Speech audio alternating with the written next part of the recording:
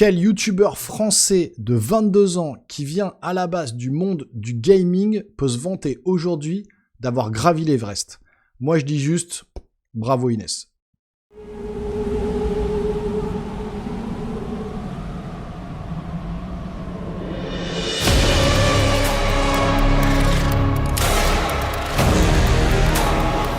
Bonjour les amis, bienvenue sur la chaîne. On se retrouve aujourd'hui pour parler du film événement d'Inoxtag, le film Kaizen, ou plutôt son documentaire vlog qui est sorti en exclusivité en salle le 13 septembre et qui est désormais disponible sur sa chaîne YouTube. Et au moment où je tourne cette vidéo, je crois qu'il est à 12 millions de vues, c'est juste énorme.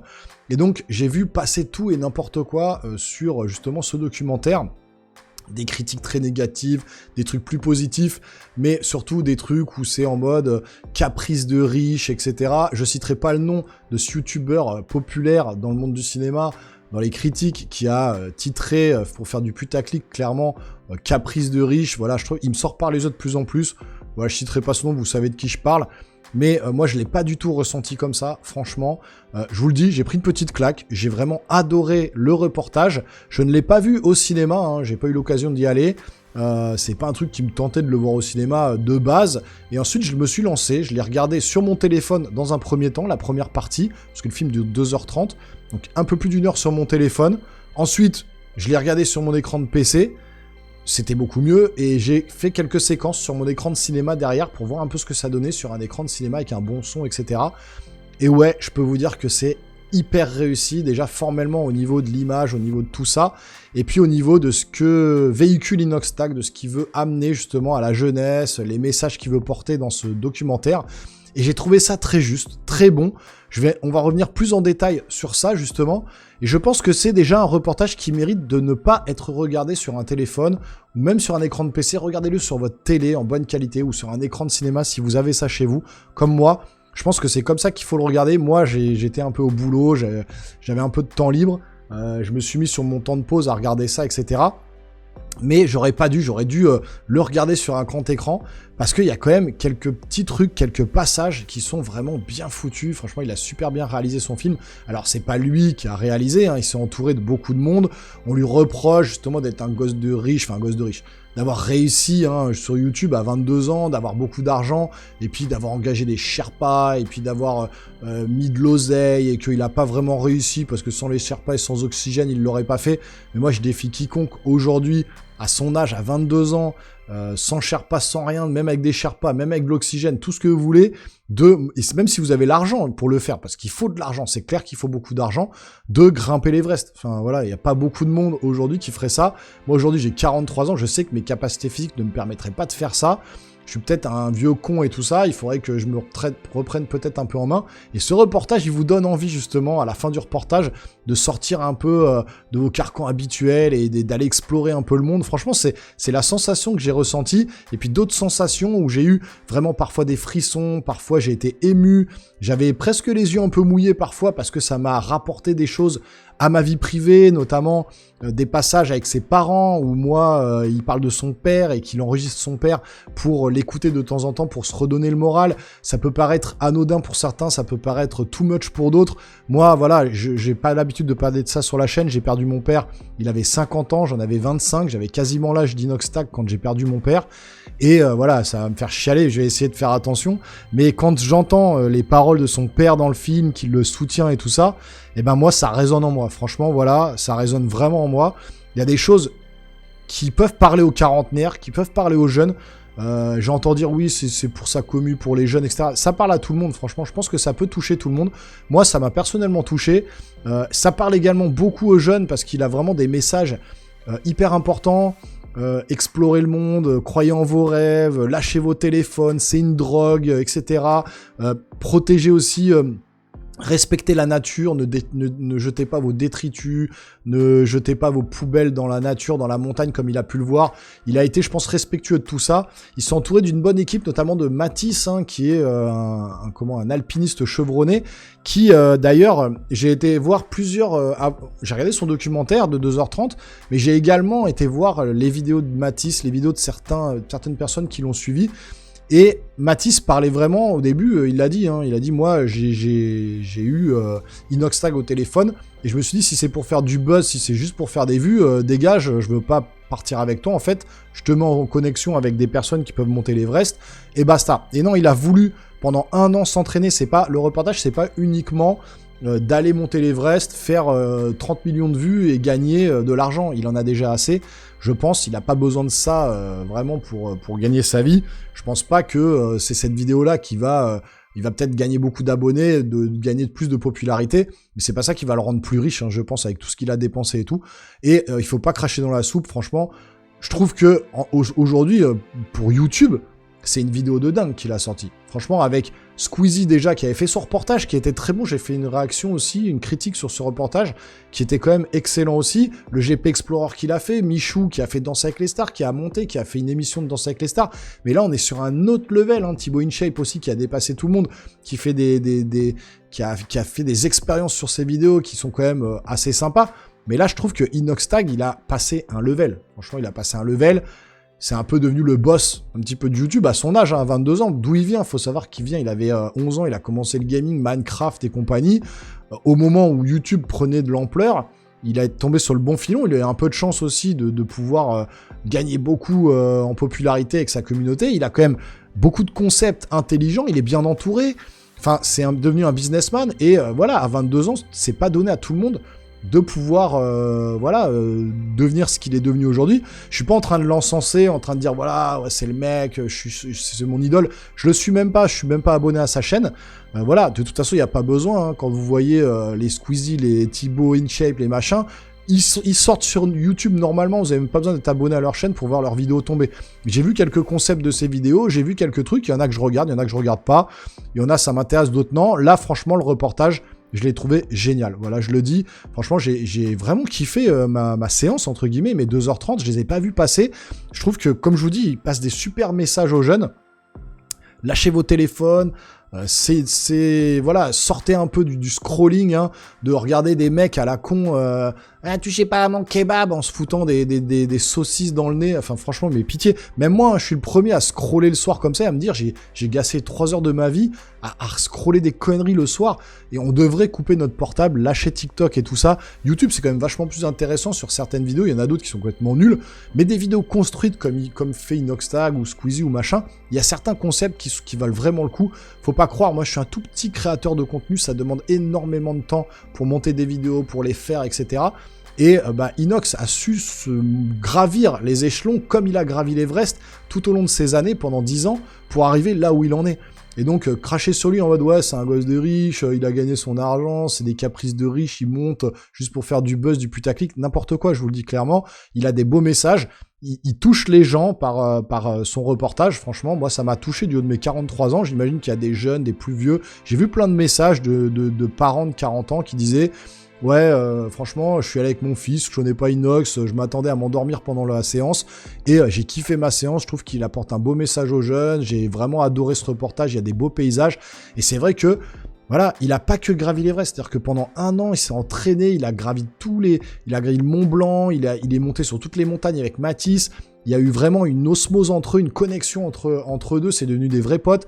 J'entends aussi, ouais, on entend tout le temps frère, gros, c'est une singerie, mais c'est sa façon de parler, c'est un jeune, c'est normal, il va pas commencer à parler comme un mec qui a 45 ans, qui a vécu déjà une bonne partie de sa vie, c'est normal, il a 20 ans, il parle comme un mec de 20 ans, et c'est logique, il a pas fait des grandes études, etc., il a pas été à l'école jusqu'à la fac et compagnie, donc forcément, il parle comme un jeune de maintenant, et ça parle aux jeunes, et même moi, qui suis très jeune dans ma tête, j'ai beau avoir 43 ans, quand il faut cadrer mes enfants, je peux me mettre en mode papa, en mode cadre, mais parfois avec mes potes, avec mes collègues qui sont beaucoup plus jeunes que moi, je pars dans des délires de jeunes aussi, je dis pas que je suis jeune, mais dans ma tête, en tout cas, j'ai envie de l'être, j'ai envie de continuer un peu cette jeunesse, de rentrer dans le délire, dans gros, frère, voilà, ça m'arrive de parler aussi un petit peu comme ça parfois.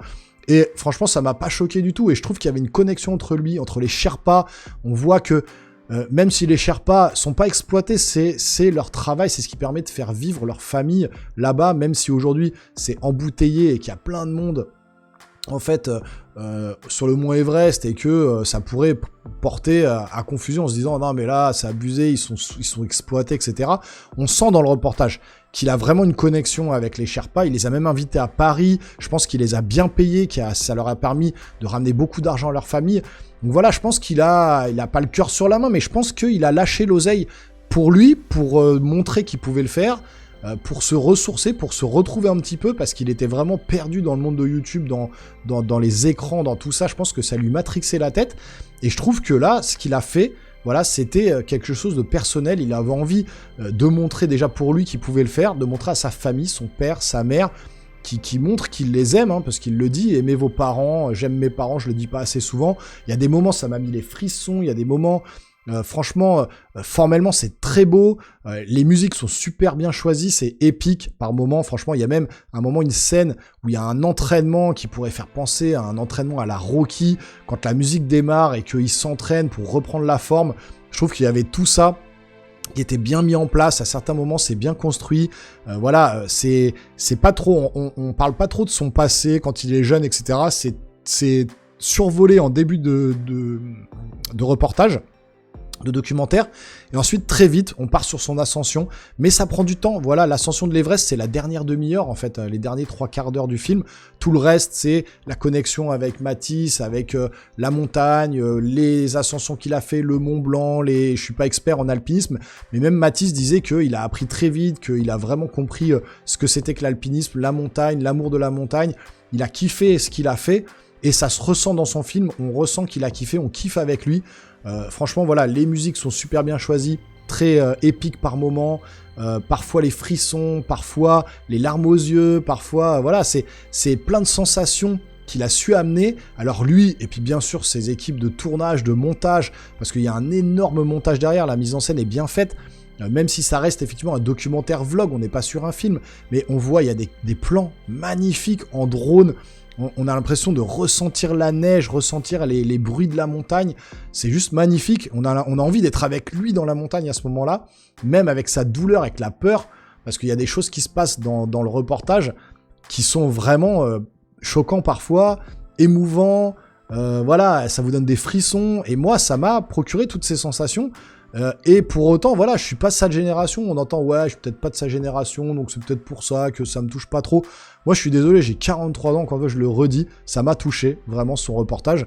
Je trouve qu'il y a des belles valeurs, il y a des beaux trucs mis en avant. Certes, il y a une mise en scène parfois. Certes, on voit que quand il est par exemple au Grand Rex, j'ai vu sa prise de parole avec son micro, il fait venir les Sherpas, les trucs. On sent que parfois il y a du cinéma, il y a un peu de mise en scène dans tout ça, il doit vendre son truc, ça a coûté de l'argent, il a envie aussi de faire le buzz. C'est normal aussi, il a dû se ressourcer, il est parti, il a coupé tout pont avec tout le monde, avec Internet, avec YouTube, avec ses proches, il a lâché son téléphone. Mais derrière, forcément, il va revenir dans le game encore plus fort. Il va se remettre encore plus dans YouTube et on va le revoir peut-être encore plus. Mais c'est le jeu aussi, c'est comme ça, et je pense que voilà, il a voulu montrer ça sur scène, et parfois on sent qu'il y a un peu de cinéma, on sent que c'est un petit peu surjoué, mais je trouve que, en tout cas sur le reportage, ce qu'il a fait, c'est un exploit pour moi, même s'il y a de l'oxygène, même s'il y a tout ça, il y a peu de monde qui pourrait le faire, et moi je trouve que pour moi, c'est une des meilleures vidéos YouTube que j'ai vues, avec peut-être le GP Explorer, avec d'autres choses de youtubeurs français, on va dire, parce que je parle même pas des youtubeurs américains, il y a peut-être des youtubeurs alpinistes qui ont déjà mis des vidéos sur l'Everest et compagnie, mais je les ai pas vus. Moi, je vois ce que j'ai vu là, j'ai vu quelque chose d'épique, avec une bonne musique, entraînante, bien choisie, ce côté chapeau de Luffy qu'il met sur la tête, parce qu'il est fan de manga, on sent aussi un peu le côté épique manga animé, hein, quand il y a certains passages, on sent qu'il est à fond dedans, il aime ça, les messages portés pour les jeunes, l'émotion, les frissons, je trouve que tout y est dans ce reportage. Et je trouve que cracher sur lui comme ça, sur Twitter, hein, alors Twitter c'est le pire des réseaux pour cracher sur les gens c'est facile derrière leur écran, mais il y en a pas beaucoup qui auraient pu faire ce qu'il a fait. Donc voilà, je suis pas en train de l'encenser, je suis pas en train de dire que voilà, je suis tombé amoureux d'Inoxtag, pas du tout, encore une fois, je me suis même pas abonné à sa chaîne, hein, je vous dis, je regarde ça, comme un cinéphile, comme un petit créateur de contenu que je suis. Donc voilà. Il a raison, parfois, il faut couper son téléphone. Alors, le coupez pas tout de suite, hein, quand même, abonnez-vous à ma chaîne, activez la petite cloche, le petit pouce hein, pour me soutenir, moi, petit créateur de contenu. Mais voilà, franchement, Je voulais tirer mon chapeau de Luffy, voilà, à Inès. Félicitations, tu regarderas jamais ma vidéo, je pense. Mais bon, en tout cas, voilà, félicitations à toi. Je trouve que tu as fait un truc de dingue. Les messages que tu portes, c'est vraiment cool. Les parents, le dépassement de soi, se couper un peu des réseaux et des vidéos qui nous rendent teubés, qui nous rendent abrutis à regarder des trucs qui servent à rien parfois. Et je suis le premier à le faire aussi. Donc voilà, moi, j'ai franchement kiffé ce reportage. C'est vraiment bien monté, super image, on kiffe le moment, on est avec lui. Et voilà, moi je dis juste bravo Inès, encore une fois. J'ai kiffé, donc vous me direz vous en commentaire si vous avez aimé ce reportage. Si vous êtes comme moi, que vous avez la quarantaine, que vous suivez pas forcément Inoxtag, que vous n'êtes pas du tout dans ce move-là aussi comme moi, je vous conseille, regardez le reportage, mettez-vous sur un bel écran, du bon son. Regardez la première demi-heure, premier 3/4 d'heure, si ça vous plaît pas, vous coupez, c'est pas grave, mais vous raterez rien, vous serez pas là à scroller sur TikTok, à regarder des conneries avec des mecs qui se mettent des saucisses dans le nez, je le répète, ou voir des chats tomber dans des trous, des conneries qu'on regarde à longueur de temps. Il y a quand même des choses vachement intéressantes sur YouTube à regarder, et ça c'est 1000 fois plus intéressant que certaines choses qu'on regarde sur les réseaux sociaux.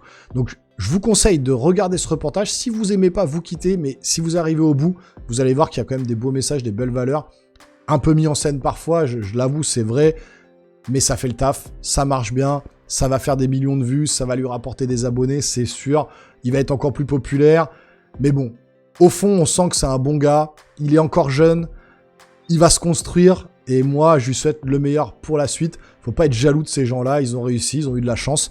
Voilà, il y en a plein qui se lancent comme moi hein, sur YouTube. Ça marche pas. Moi, je suis content, j'ai ma petite fanbase, ma petite base d'abonnés comme ça. On discute souvent ensemble, je retrouve souvent les mêmes en commentaire. Moi, j'ai kiffé, voilà. Un banger pour moi, j'ai vraiment surkiffé ce reportage. Donc, vous me direz en commentaire ce que vous en avez pensé. N'hésitez pas encore une fois à vous abonner à la chaîne, activer la petite cloche et lâcher un gros pouce en l'air. N'écoutez pas les rageux dans tous les sens. Et nous les geeks, on se revoit très rapidement sur une prochaine vidéo. Portez-vous bien surtout. Ciao, ciao.